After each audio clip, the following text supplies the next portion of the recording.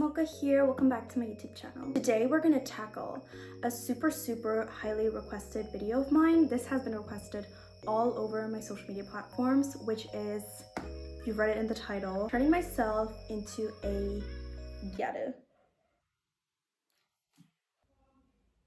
Now, we're gonna do that today. This is one of the videos that I am most hyped for because I've known gyaru culture and fashion for so long, but it's also simultaneously a video that I'm probably most scared of because for some reason, whenever it comes to Japanese culture, people tend to gatekeep a lot, which to some extent is understandable, but then again, you can't do anything right. If you're coming into it as a newbie, I guess, which I am when it comes to gyaru fashion or makeup, everyone just tends to attack you really quickly. Like going with the flow and being nice to newcomers and, you know, giving constructive criticism, that's not really a thing.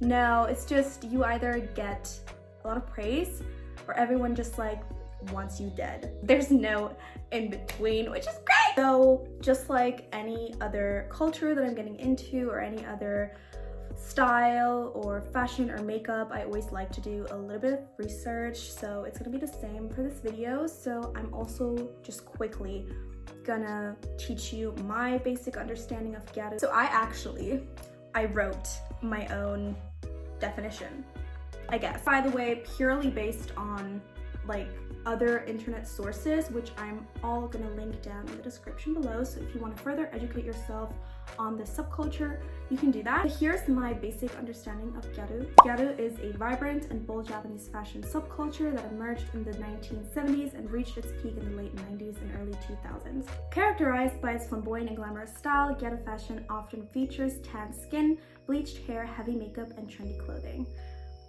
The term gyaru itself is derived from the English word gyal, reflecting the subculture's emphasis on a youthful and fashionable image. This dynamic fashion movement continues to evolve, making a significant impact on Japanese pop culture and fashion trends. Me personally, it's just important to not just see something on Pinterest or see something on TikTok and then just replicate it without really knowing what it means. So I think anyone who is interested in gyaru fashion or gyaru makeup, you should probably watch a video or two of any creator who has done some insightful research and is giving those out for free on YouTube. I've also linked some of my favorite sources again down below. Now let's legitimately jump into it though. So today, again, we're gonna do gyaru fashion. The style specifically that I'm gonna be tackling today is called agejo. I'm pretty sure agejo. I'm not sure. So basically within the gyaru fashion scene, there's a few other subcultures. So there's different types. I'm sure you've all seen gyaru girls who have specifically like got their niche to be school uniforms, which is really trendy. It's also the main type of gyaru that I've personally seen, and I thought it was always school uniforms, but it's actually not. There's different subcultures. I'm gonna tackle agejo today, giving you another definition just so you understand what I'm doing here, okay? I just want you guys to understand. The style is very glamorous and feminine, influenced by expressing a high level of sex appeal through style and attitude. It's also commonly worn by hostesses, which is fine.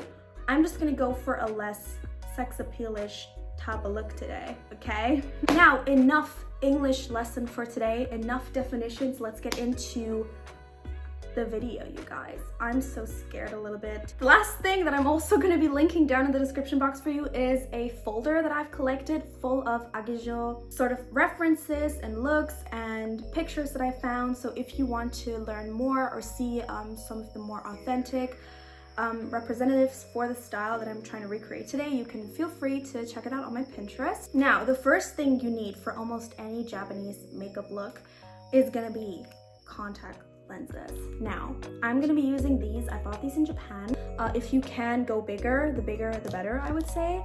So that's another thing that I've seen commonly used in gyaru makeup is really huge contact lenses. Okay, I haven't done this in so long.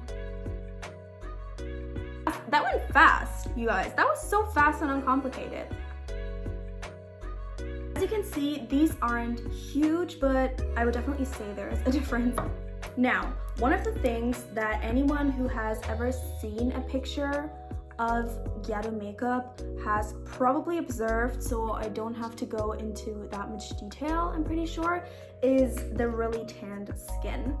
Anyone who's also a Nana fan and has watched Nana, you guys all know that Hachi's sister is actually Gyaru, I'm pretty sure. But there's definitely subcultures within the Gyaru scene that hold a more extreme value on having really, really tanned skin. And I feel like Agejo doesn't have that so much. Like, definitely not the super pale look that is normally really, really trendy in Japan, but there's definitely some tanning going on.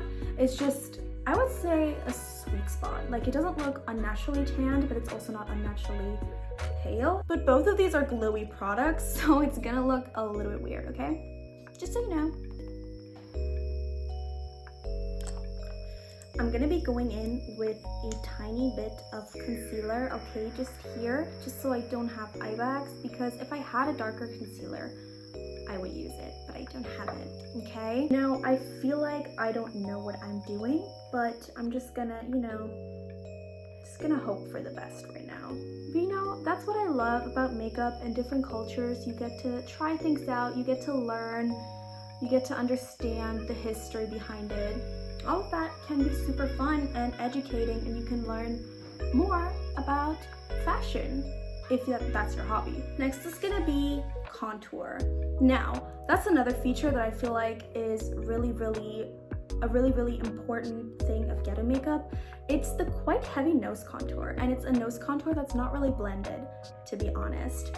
So you want to take a really dark shade of any bronzer or any contouring shade or contour stick that you have, and you just want to go right down the nose.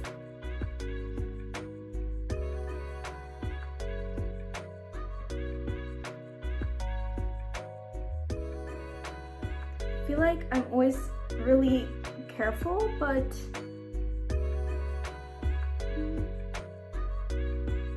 next I got some highlighting pen. Go straight down the nose, okay? Guys, I feel like I'm not getting this right. I'm gonna continue with eyeshadow, okay? Because the nose contour is kind of intimidating me. So, rosy shade, it's not too dark, it's not too light, it's just a really nice soft pink, and I'm kind of trying to drag it outwards a little bit just because that's where our wing is going to go, that's where our eyeliner is going to go. So I just want to drag it outwards so it doesn't just stop very abruptly. So I found several versions. There's several versions, of course, to do Gyaru eyeliner, especially, which I feel like that's like the breaking point for everything. It starts and ends with the eye makeup. It's just the most important part. I look so crazy right now.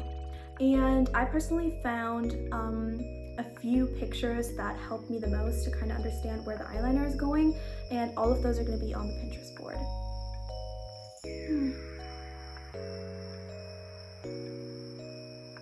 I just blinked and I ruined it. I'm gonna do the other eye now.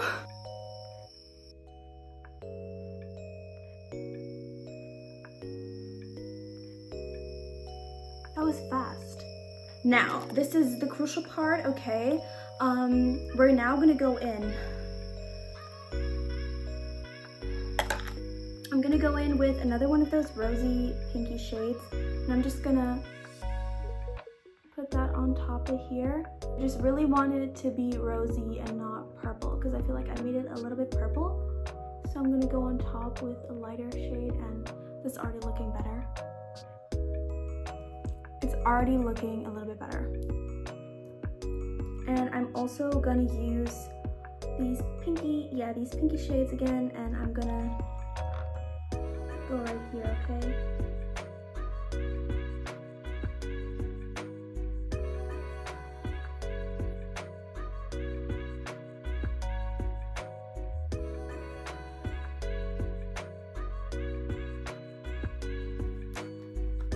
Okay.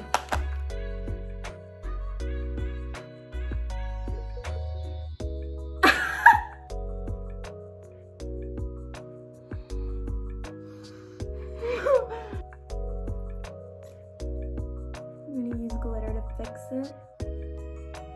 At this point, it's probably gonna come together. But yeah, it's not great. I know that. I'm gonna use some white pencil now and try to sort of fill in. I'm also gonna apply some on my nose. But I feel like since sometimes it looks a little bit messy, maybe it's not that bad. Specifically for this look, I also searched around some makeup tutorials and everything, and I found some recommended lashes, or just a lash type, which is kind of the manga lashes that have been trending. Unique is that they're kind of spiky looking. They kind of have these different separations, I think.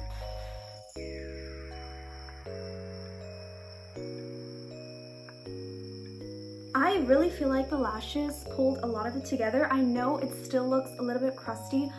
Please bear with me. This is like my very first time ever trying something like this. So I'm so sorry if I'm afraid I'm gonna turn into a meme. Next thing I'm gonna tackle is blush. Now, I've often seen this sort of like baby pink blush, and my very favorite is the one from Kylie Cosmetics in the shade Winter Kissed. I'm pretty sure Wonyoung's makeup artist also uses this for her cheeks, which is so cute. And I'm just using a random fluffy brush, sort of applying the baby pink shade. Didn't want to take away a lot of the tan, but I'm realizing that I feel like I need just a little bit more concealer. I do feel like it's going to tie the look together a little bit better. Correct me if I'm wrong, but lips also seem to just be kind of according to preference. I also put some of the Axis concealer from my sponge onto my lips, and I'm just gonna top it off with lip gloss.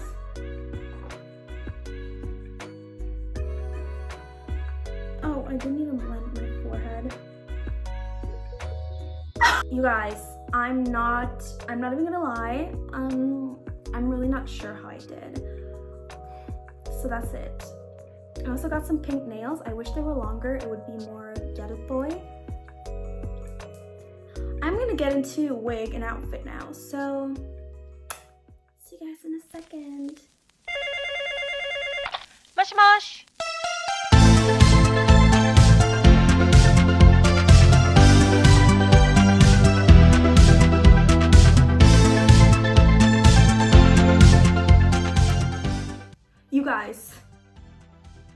You guys, midway through, I was thinking I flopped. I flopped this one. This one, not my best. I flopped. With the accessories, with the bow, with the earrings, with the wig, I didn't flop. I feel like I can be accepted now in the Gyaru community. I hope. I'm actually so pleased with this outcome. I've never done makeup like this ever in my life before.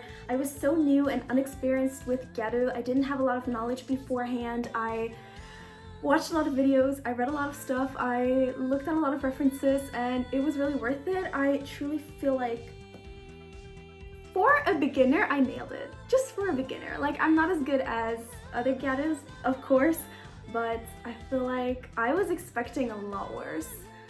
And I'm actually really feeling this style. Like, there's a reason I picked Agejo for my first Gyaru experience, because I felt like it resonated with my normal style the most.